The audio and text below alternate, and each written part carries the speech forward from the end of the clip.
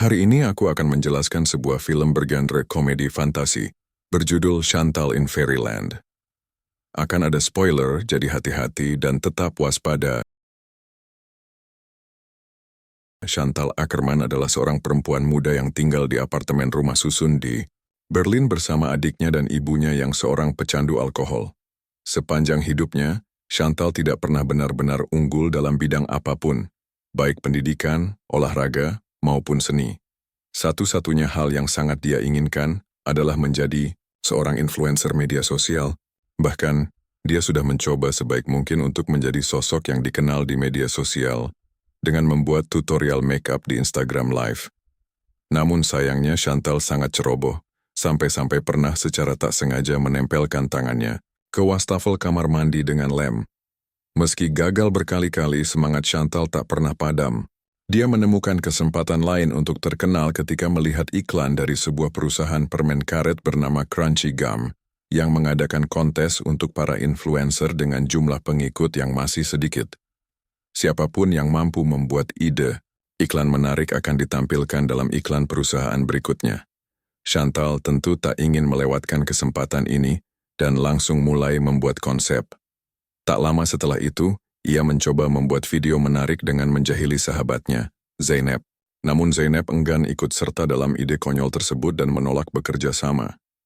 Zeynep lebih tertarik untuk memeriksa apakah ia menerima surat undangan magang dari sebuah firma hukum lokal.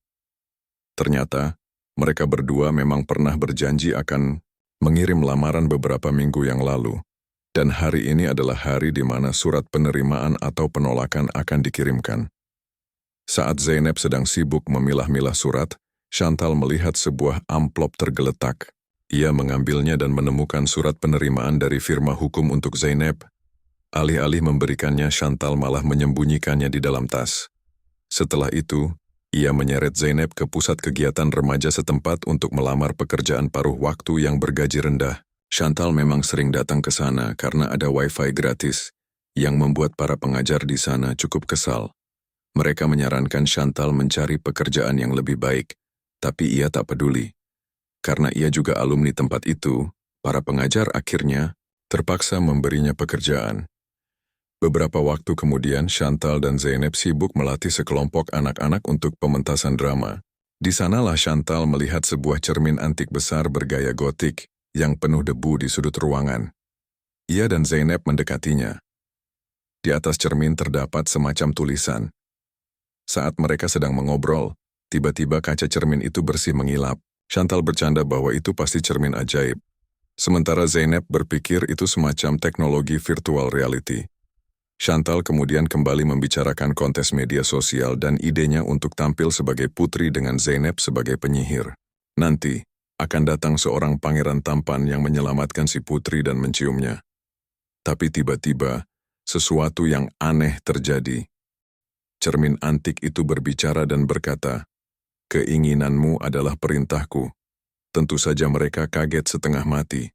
Chantal bahkan menendang cermin tersebut. Namun kaca tidak pecah, malah menyeret kakinya masuk. Zeynep berusaha menyelamatkan sahabatnya, tapi ikut tersedot ke dalam cermin. Mereka mendarat di sisi lain. Dunia ajaib bernama Catania, di mana dongeng menjadi nyata. Di sana mereka disambut oleh roh penjaga portal bernama Sparky. Ia memberitahu bahwa Chantal telah membangunkan cermin ajaib dan kini menjadi putri Rosalia Esmeralda, satu-satunya anak dari Raja Catania, Wildrich II. Tapi Raja adalah seorang tiran yang telah menghancurkan semua portal karena sebuah ramalan. Ramalan itu menyebutkan bahwa akan datang seorang yang terpilih dari dunia jauh yang akan menggulingkan kekuasaannya. Sparky memperingatkan mereka bahwa mereka hanya punya waktu 24 jam sebelum portal terbuka kembali. Ia kemudian menghilang. Walau kaget, Chantal malah mengusulkan untuk menikmati waktu di dunia baru ini sebagai seorang putri. Mereka pun menyadari bahwa mereka berada di dalam sebuah kastil besar abad pertengahan.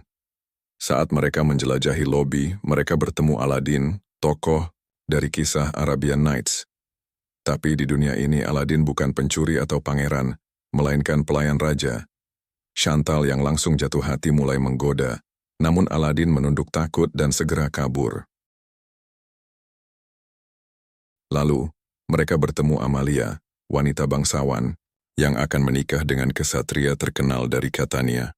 Amalia mengundang mereka ke pesta dansa esok malam. Saat makan malam bersama keluarga kerajaan, Chantal dan Zeynep terkejut karena ratu ternyata terjebak di dalam sebuah lukisan.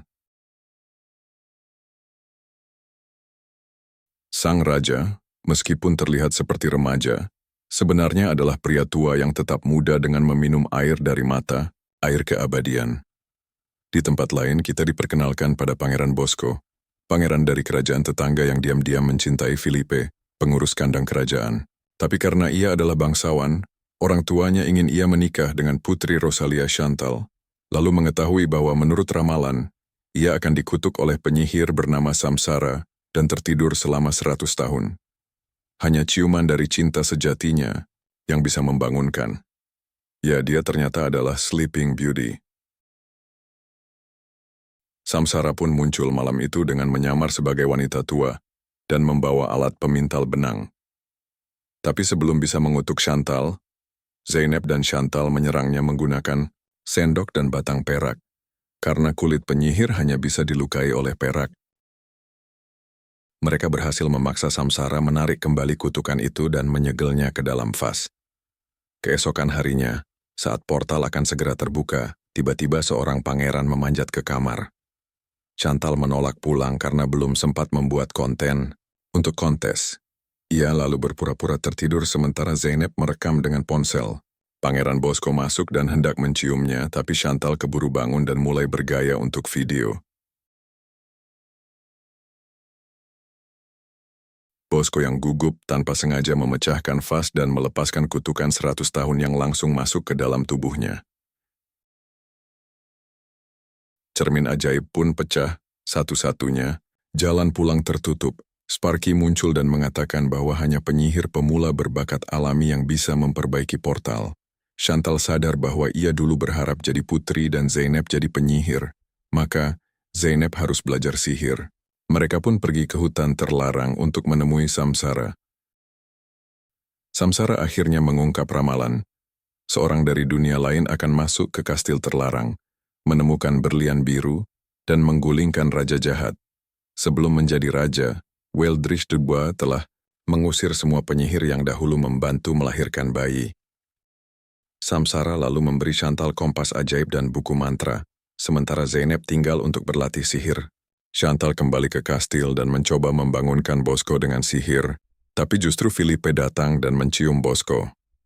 Bosco pun terbangun, mereka adalah pasangan sejati.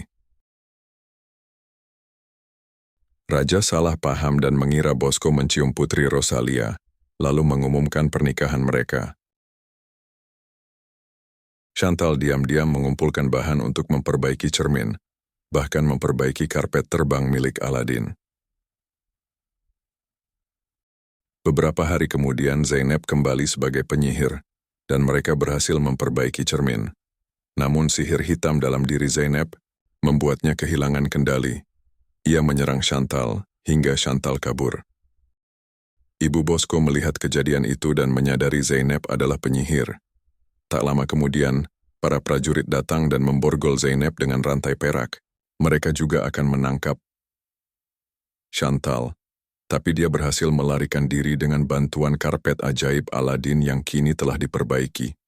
Bersama-sama, mereka terbang meninggalkan istana dan mendarat di perbatasan negeri Catania. Chantal merasa hancur, bukan hanya karena kehilangan sahabatnya yang kini dikuasai oleh sihir gelap, tapi juga karena cermin ajaib yang selama ini ia perbaiki mungkin telah hancur kembali. Sementara itu di dalam istana, Raja Wildrich yang kejam memerintahkan agar Zeynep dieksekusi di alun-alun kota dengan tuduhan telah mempraktikkan sihir terlarang. Namun saat para prajurit menyiapkan panggung, fenomena aneh terjadi. Awan gelap berkumpul, petir menyambar, dan tiba-tiba, cermin ajaib di dalam istana mulai bersinar terang. Di tengah hutan, Sparky kembali muncul di hadapan Chantal dan mengatakan bahwa ramalan itu akan segera mencapai tahap akhir. Ia menjelaskan bahwa pahlawan sejati bukanlah mereka yang terkenal atau punya banyak pengikut, tetapi mereka yang rela berkorban untuk orang lain. Kata-kata itu menghentak hati Chantal. Untuk pertama kalinya dalam hidupnya, ia merasakan sesuatu yang lebih kuat dari keinginan untuk terkenal, kebutuhan untuk menyelamatkan sahabatnya. Chantal mengambil buku sihir dan melafalkan mantra kuno yang berisiko tinggi, yang memungkinkan dirinya berpindah langsung ke pusat istana. Di sana ia menghentikan eksekusi Zeynep tepat waktu, berdiri di antara sahabatnya dan pedang sang raja. Ia mengakui semuanya di depan umum, tentang kebohongannya, tentang surat penerimaan Zeynep yang ia sembunyikan, dan tentang bagaimana semua kekacauan ini berawal darinya. Tersentuh oleh kejujuran dan keberaniannya, kerumunan mulai berbisik, perlahan berbalik menentang sang raja. Pada saat itu juga, Zeynep, meski lemah dan terikat rantai, mengumpulkan sisa-sisa sihirnya dan menciptakan kubah pelindung di sekeliling dirinya dan Chantal. Lalu dengan kendali barunya ia berhasil membersihkan dirinya dari sihir hitam yang sempat menguasainya. Sebagai hadiah atas keberaniannya, Chantal ditawari apapun yang ia inginkan. Mengejutkan semua orang, ia tidak meminta ketenaran ataupun harta, melainkan hanya ingin pulang bersama sahabatnya. Bosco mengangguk, dan dengan bantuan cermin ajaib yang telah diperbaiki serta Sparky, kedua gadis itu kembali ke Berlin. Sesampainya di apartemen kecil mereka, Chantal menyerahkan surat penerimaan yang dulu ia sembunyikan kepada Zeynep sambil meminta maaf dengan tulus. Zeynep memaafkannya dan bersiap untuk hari pertamanya di firma hukum. Sementara itu, Chantal mengunggah video baru, bukan prank atau konten palsu, tapi sebuah kisah nyata yang menyentuh tentang persahabatan, kesalahan, dan negeri ajaib bernama Catania. Dalam semalam videonya menjadi viral, bukan karena efek atau drama palsu, tetapi karena kejujuran yang ia tampilkan. Film ini diakhiri dengan Chantal yang akhirnya mendapatkan pengikut yang ia impikan, bukan karena berpura-pura menjadi orang lain, tapi karena telah menjadi dirinya sendiri. Tamat.